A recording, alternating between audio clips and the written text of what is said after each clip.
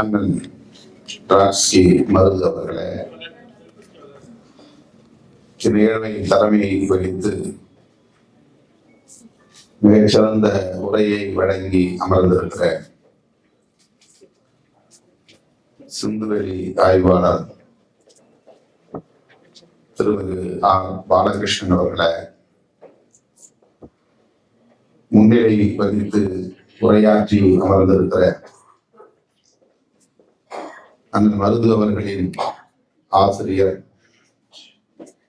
மூத்த ஓவியர் திருமிகு ஆர்.பி. பாஸ்கர் அவர்களை,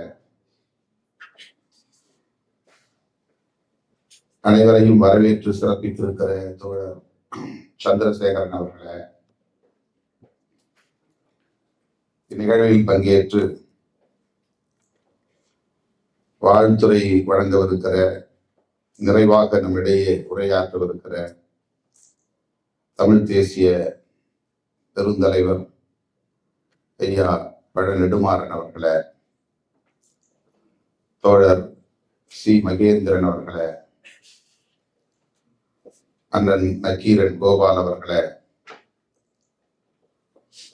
திரைக்கலைஞர் அண்ணன் நாசர் அவர்களை, பேராசிரியர் முனைவர் வி அரசு அவர்களை, மற்றும் இந்த நிகழ்வில் பங்கேற்று சிறப்பித்துக் கொண்டிருக்கிற பல்வேறு துறைகளை சார்ந்த பேராளுமைகளை, தமிழ் சொந்தங்களே, உங்கள் அனைவருக்கும் என்னுடைய பணிவார்ந்த வணக்கத்தை தெரிவித்துக் கொள்கிறேன். மருதோவியம் என்னும் இந்த நிகழ்வை தொடங்கி வைத்து உரையாற்றக்கூடிய ஒரு அரிய வாய்ப்பை எனக்கு வழங்கியமைக்காக இந்த ஒருங்கிணைப்பு குழுவை சார்ந்த தோழர்கள் அனைவருக்கும் என்னுடைய நெஞ்சார்ந்த நன்றியை உரித்தாக்குகிறேன். அண்ணன் மருது அவர்களை போற்றுகிற நிகழ்வாக இந்த நிகழ்வு ஒருங்கிணைக்கப்பட்டிருக்கிறது. இன்னும் ஒரு பெரிய அரங்கிலே ஒருங்கிணைக்கப்பட வேண்டிய நிகழ்வு. குறைந்தது ஒரு வார காலத்திற்காவது கொண்டாடப்பட வேண்டிய ஒரு பேராளுமை. இந்த மகத்தான கலைஞரை மாபெரும் ஆளுமைகள் ஒன்று கூடி போற்றுவது மிகவும் பொருத்தமானது, பெருமைக்குரியது. அண்ணன் அவர்களை பற்றி நான் என்ன சொல்லுவது என்று நான் திகைத்து நிற்கிறேன். அவரிடம் எனக்கு மிகவும் பிடித்தது அவருடைய ஓவியத்தை விட அவருடைய சிரிப்பு தான். ஓவியத்தால் அனைவரையும் கவர்ந்தார் என்பதை விட சிரித்தே அனைவரையும் மயக்கினார் என்று சொன்னால் அது மிகவும் பொருத்தமானது. மருது என்று சொல்லுகிற போது கண் முன்னால் தோன்றும் காட்சி அவருடைய சிரிப்பு தான். அவரோடு நான் ஒரு வார காலம் நெருங்கி பழகக்கூடிய வாய்ப்பை பெற்றேன், பயணிக்கக்கூடிய வாய்ப்பை பெற்றேன். தமிழீழ தேசிய தலைவர் அண்ணன் மேதகு பிரபாகரன் அவர்களின் அழைப்பை ஏற்று 2002ஆம் ஆண்டு ஈழத்துக்கு செல்லுகிற வாய்ப்பு கிடைத்தது. அந்த குழுவில் 5 பேர் இடம்பெற்றிருந்தோம். அண்ணன் ஓவியர் மருது அவர்கள், மறைந்த எழுத்தாளர் ஜெயபிரகாசன் அவர்கள், மறைந்த கவிஞர் இன்குலாப் அவர்கள், இயக்குனர் புகழேந்தி தங்கராஜ் அவர்கள், இந்த 4 பெரும் கலைஞர்களோடு இணைந்து பயணிக்கக்கூடிய வாய்ப்பை நானும் பெற்றிருந்தேன். அப்போதுதான் அண்ணன் அவர்களோடு நெருங்கி பழகுகிற வாய்ப்பு கிடைத்தது. கலை இலக்கிய பேரவை, விடுதலை புலிகளின் ஒரு துணைநிலை அமைப்பு, கவிஞர் ரத்தினதுரை, புதுவை ரத்தினதுரை அந்த அமைப்பினுடைய பொறுப்பாளர். அவர் முன்னின்று ஒருங்கிணைத்த நிகழ்ச்சி மானுடத்தின் தமிழ் கூட. யாழ்ப்பாணத்திலே இருக்கிற வீரசிங்க மண்டபத்தில் அது நடந்தது. நாங்கள் 5 பேரும் சிறப்பு விருந்தினர்களாக அழைக்கப்பட்டிருந்தோம். ஒரு நீண்ட போருக்கு பின்னர் போர் ஓய்வு ஏற்பட்டு ஒரு ஒப்பந்தம் ஏற்பட்டு அமைதி நிலவிய சூழல். A9 என்ற சாலை அப்போதுதான் திறக்கப்பட்ட சூழல். வவுனியாவில் இருந்து யாழ்ப்பாணம் செல்லுகிற சாலை. அதன் பின்னர் நடந்த முதல் நிகழ்வுதான் அந்த நிகழ்வு. வெளியிலிருந்து யாரும் போக முடியாது, உள்ளே இருந்து யாரும் வெளியே போக முடியாது என்கிற இறுக்கம் தளர்ந்து அரசாங்கத்தின் அனுமதியோடு யாழ்ப்பாணத்திற்கு செல்லுகிற, ஈழத்திற்கு செல்லுகிற ஒரு சூழல் கனிந்த நேரம். முதலாக புலிகளால் அழைக்கப்பெற்று, அதிகாரபூர்வமாக அழைக்கப்பெற்று அந்த மானுடத்தின் தமிழ் கூடல் என்கிற மாநாட்டிலே பங்கேற்பதற்கு நாங்கள் போனோம். ஒரே விடுதியில் தங்கியிருந்தோம். நிறைய கருத்துக்களை பகிர்ந்து கொண்டோம். வல்வெட்டித்துறைக்கு போனோம். அண்ணன் பிரபாகரன் அவர்கள் வாழ்ந்த அந்த இல்லத்தை, சிதைத்து கிடந்த இல்லத்தை போய் பார்த்தோம். அங்குள்ள மக்களை சந்தித்தோம். இந்த மாநாட்டில் உரையாற்றினோம். அண்ணன் அவர்களின் தளபதிகளோடு கலந்துரையாடினோம். வன்னிக்கு சென்றோம். அண்ணன் மேதகு பிரபாகரன் அவர்கள் எங்களை வரவேற்க அந்த இராணுவ உடையோடு காத்திருந்தார். எங்கள் ஒவ்வொருவரையும் ஆற தழுவி கட்டி அணைத்து வரவேற்றார். நீண்ட நேரம் அந்த அனைத்துலக தலைமைச் செயலகத்தில் கருத்துக்களை பகிர்ந்து கொண்டோம். எங்களோடு அமர்ந்து மதிய உணவை எடுத்துக்கொண்டார். அந்த களத்தில், அவ்வளவு நெருக்கடி நிறைந்த களத்தில், நெருப்பாற்றில் நீந்துகிற ஒரு யுத்த களத்தில், உலகின் கவனத்தையே தம் பக்கம் ஈர்க்கக்கூடிய அளவுக்கான ஒரு மாபெரும் விடுதலை போராட்டத்தை நடத்தி கொண்டிருக்கிற இந்த மகத்தான தலைவர் எங்களோடு பழகிய அந்த பொழுதுகள் எங்களை மிகவும் நெகிழ வைத்தது. நகைச்சுவை உணர்வு ததும்ப அவர் உரையாடலை எங்களோடு பகிர்ந்து கொண்டார். உணவு பரிமாறினார். அப்படி அந்த ஒரு வார காலத்தை நாங்கள் ஈழத்திலே செலவிட்டோம். அண்ணன் அவர்களை சந்தித்த பிறகு அந்தி சாயும் வேளையில் முல்லை தீவில் கடலோரத்தில் காத்திருந்த தளபதி சூசை அவர்களை சந்தித்தோம். நாங்கள் 5 பேரும் சற்று 1 மணி நேரம் அல்லது 2 மணி நேரம் இருக்கும் காலத்தாழ்வாகிவிட்டது. எங்களை பார்த்ததும் காலத்தாழ்வாகிவிட்டது என்கிற ஆத்திரத்தில் அந்த ஏற்பாட்டை செய்திருந்த சேரநாதனை சூசை கடிந்து கொண்டார். கொஞ்சம் நேரத்தே வந்திருந்தால் எல்லோரையும் நான் கடலுக்குள் அழைத்து போயிருப்பேனே, கடலுக்குள் பயணம் செய்ய வைத்திருப்பேனே, பல பகுதிகளை காட்டியிருப்பேனே என்று ஆத்திரப்பட்டார். பிறகு எங்களை அழைத்து கொண்டு போய் அவர் ஏற்பாடு செய்திருந்த இரவு உணவை பரிமாறினார். பிறகு நெடுநேரம் அவரோடு உரையாடிவிட்டு நாங்கள் ஒரே இடத்தில் நிதர்சனம் கலைக்குழுவை சார்ந்தவர்கள் தங்கியிருந்த இடத்தில் போய் தங்கியிருந்தோம். எதற்காக இதை சொல்லுகிறேன் என்று சொன்னால், அண்ணன் அவர்கள் இதுவரையில் எங்கேயும் நான் பிரபாகரனை பார்த்தேன் என்று பீற்றிக் கொண்டதில்லை, சந்தித்தேன் என்று யாரிடத்திலும் சொன்னதாக எனக்கு தெரியவில்லை, அலட்டிக் கொண்டதில்லை. நாங்கள் அடுத்த நாள் அதிகாலையில் சூசை அவர்களை சந்தித்து அங்கையர்கண்ணி என்கிற பெயரில் ஓடுகிற படகில் பயணம் செய்தோம். அண்ணன், நான், கவிஞர் இன்குலாப் எல்லோரும் பயணம் செய்தோம். நெடுந்தூரம் எங்களை கடலுக்குள் அழைத்துக் கொண்டு போனார். எங்களுக்கும் அந்த கப்பலிலே, அந்த படகிலே இருந்த துப்பாக்கியை எப்படி கையாள வேண்டும் என்று காட்டிக் கொடுத்தார்கள், சொல்லிக் கொடுத்தார்கள். அதை நாங்கள் பார்த்தோம், செய்தோம். அந்த அனுபவம் எங்களுக்கும் உண்டு. பொய் சொல்லவில்லை. அண்ணன் அவர்கள் சாட்சி. ஏன்னா அவர் எப்பவும் பொய் சொல்ல மாட்டார். அவருக்கு எதையும் இட்டுக்கட்டி பேச தெரியாது. சிரிப்பு மட்டும்தான் அவருடைய மொழி. எனக்கு தெரிந்து இந்த 7 நாட்களில் அடிக்கடி வெடிச்சிரிப்பு தான் அவருடைய மொழியே. எதை எடுத்தாலும் அவர், நாம் ஏதாவது சொன்னால் சிரிப்பார். சிரித்து நம்மை மகிழ வைப்பார். அது ஒரு பாசிட்டிவ் எனர்ஜி. அவர் 100 ஆண்டுகள் நிச்சயம் வாழ்வார்.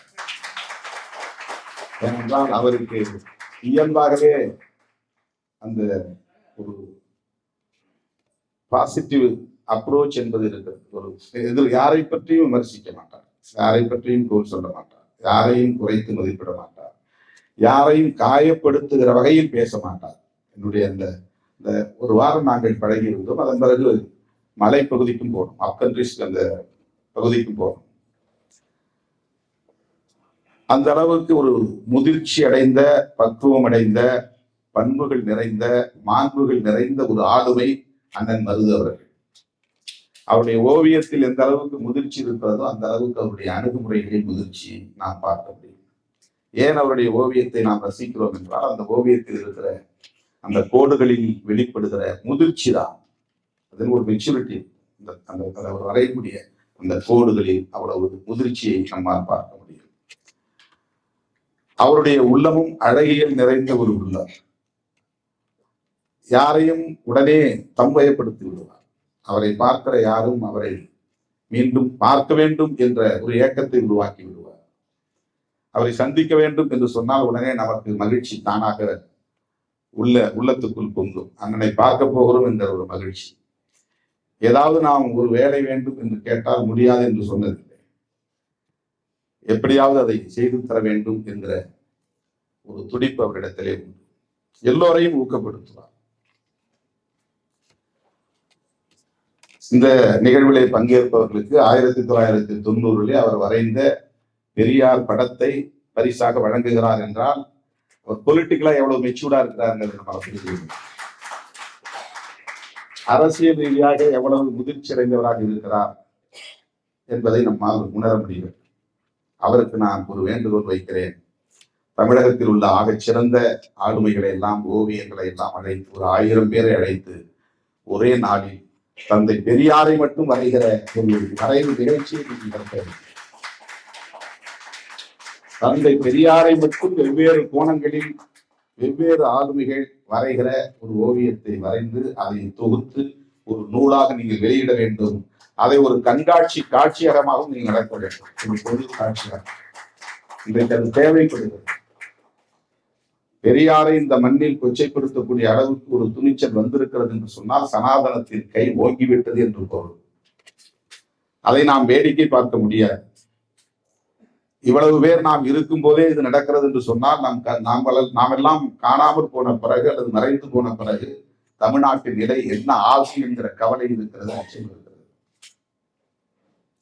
திமுகவை விமர்சிக்கட்டும், அது திமுக பதில் சொல்லும். திராவிடர் கழகத்தை கூட விமர்சிக்கட்டும், திராவிடர் கழகம் அதை எதிர்கொள்ளும்.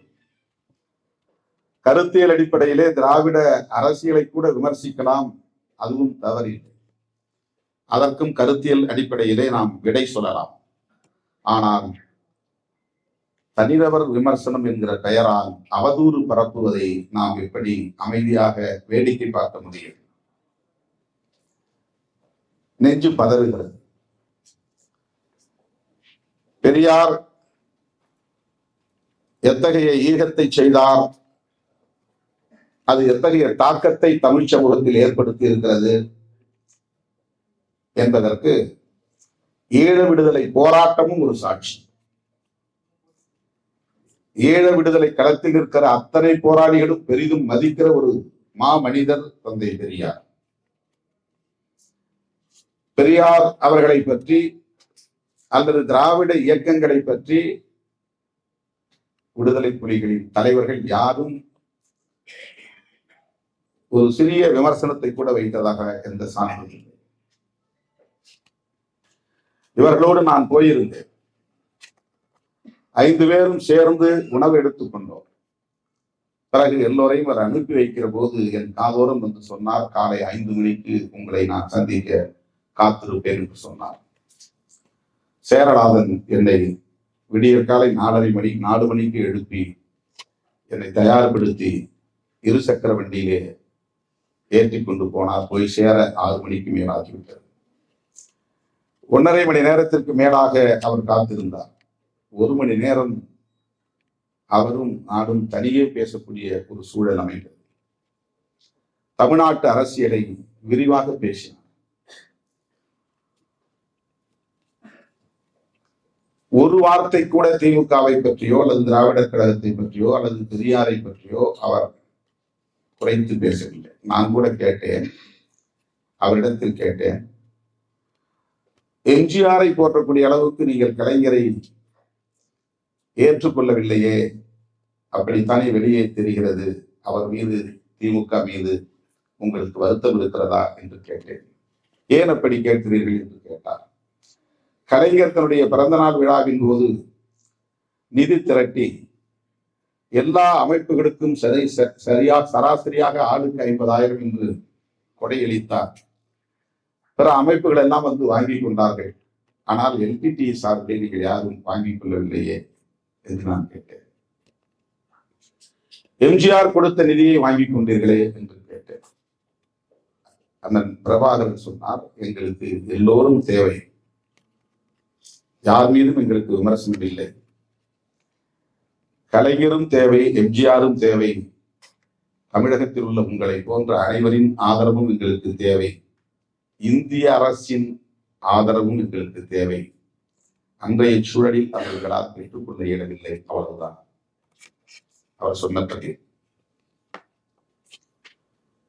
திராவிட இயக்கங்களை பிரபாகரன் அவர்களே விமர்சித்தார் என்பதை போன்ற ஒரு கருத்து இப்போது உருவாக்கப்படுகிறது. பெரியாரை விமர்சித்தார் என்று சொல்லுவதை சகிக்க முடியவில்லை. பெரியாரை பிரபாகரன் அவர்களுக்கு எதிராக நிறுத்துவது, பிரபாகரன் அவர்களை பெரியாருக்கு எதிராக நிறுத்துவது மிகவும் ஆபத்தான ஒரு அரசியல். இன்னும் பல விவரங்களை விரிவாக பேசினார். ஐயா அவர்களை பற்றி சொன்னார், வைகோ அவர்களை பற்றி சொன்னார், பல போராட்டங்களை நினைவு கூர்ந்தார். அவரிடத்திலே ஒரு தெளிவு இருந்தது. இந்திய அரசின் உதவி இல்லாமல், ஒத்துழைப்பு இல்லாமல் ஈழம் விடுதலை பெற வாய்ப்பில்லை என்கிற தெளிவு அவரிடத்தில் இருந்தது. ஆனால் அவரை பெரியாருக்கு எதிராக நிறுத்துகிற இந்த அரசியல் மிகவும் ஆபத்தான. நாம் என்ன செய்ய போகிறோம்? இவர்களை எல்லாம் நாம் ஒரு பொருட்டாக மதிக்க தேவையில்லை, அதற்கு எதிர்வினையாற்ற தேவையில்லை என்று நாம் கண்டும் காணாமல் போய்விட முடியாது. பெரியார் சனாதன எதிர்ப்பின் அடையாளம்.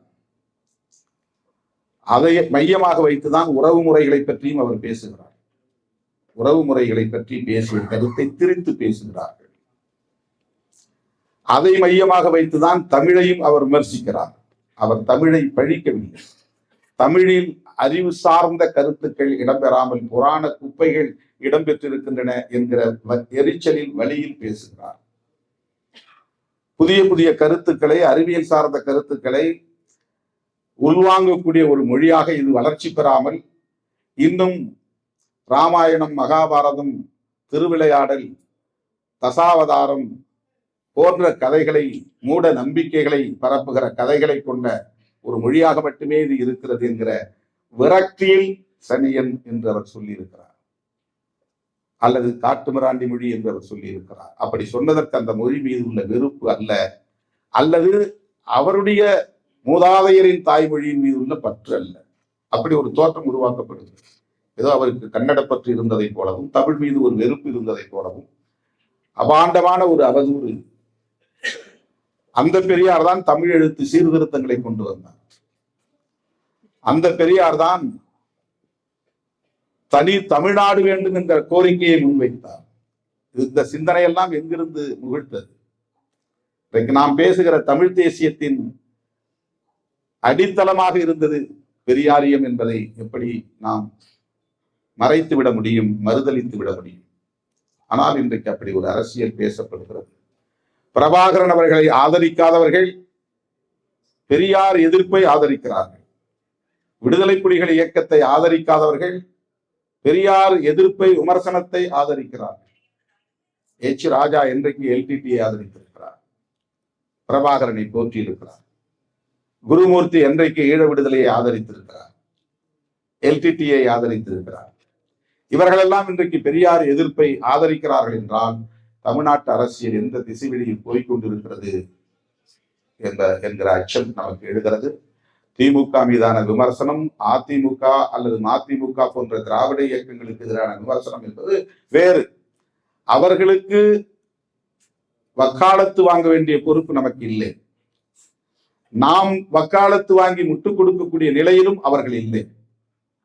அவர்களுக்காக நாம் பேசவில்லை.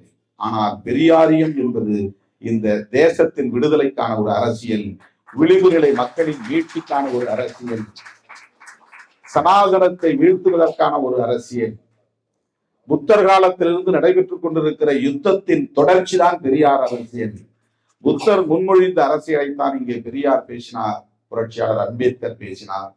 சனாதன எதிர்ப்பு என்பது இந்திய மண்ணில் இன்றைக்கு தமிழ்நாட்டில் மட்டும்தான் உயிர்ப்போடு இருக்கிறது. தமிழ்நாடு மட்டும்தான் இந்த தேசத்தில் ஒரு தீவாக இருக்கிறது. எனவே தமிழ்நாடு குறிவைக்கப்படுகிறது. தமிழ்நாடு இந்த நிலைமைக்கு இருப்பதற்கு காரணம் பெரியாரியம் தான் என்று அவர்களால் உணரப்பட்ட நிலையிலே பெரியாரியத்தை நீர்த்து போக செய்ய வேண்டும், அதை வீழ்த்த வேண்டும் என்கிற சதி அரசியல் இங்கே அரங்கேறி கொண்டிருக்கிற நிலையில் அண்ணன் மருது அவர்கள் 90களில் வரைந்த ஓவியத்தை இன்றைக்கு அவருடைய ஆசிரியருக்கும் பரிசாக தந்திருக்கிறார். வந்திருக்கிற ஒவ்வொருவருக்கும் பரிசாக தரப்போகிறார். அண்ணன் அவரிடத்தினார் அவருடைய உடன்பிறப்பு என்கிற முறையில் விடுக்கிற வேண்டுகோள், தமிழகத்தில் உள்ள எல்லா ஓவியர்களையும் ஆகச்சிறந்த ஆளுமைகளையும் ஓரிடத்தில் அழைத்து பெரியாரை பல்வேறு கோணங்களில் ஓவியமாக தீட்ட வேண்டும். பிரம்மாண்டமாக அவரை மீண்டும் நாம் தமிழ் சமூகத்திடம் உயர்த்தி பிடிக்க வேண்டும். பெரியாரியம் என்பது தமிழ் சமூகத்தின் உயிர் மூச்சு என்பதை நாம் நிறுத்த வேண்டும், நிலைநிறுத்த வேண்டும் என்ற ஒரு வேண்டுகோளை வைத்து அண்ணன் அவர்களின் 100ஆண்டு விழாவிலும் நாம் பங்கேற்போம், அவரை வாழ்த்துவோம், பாராட்டுவோம் என்று சொல்லி இந்த வாய்ப்புக்கு நன்றி செய்து கொடுக்கிறேன். நன்றி, வணக்கம்.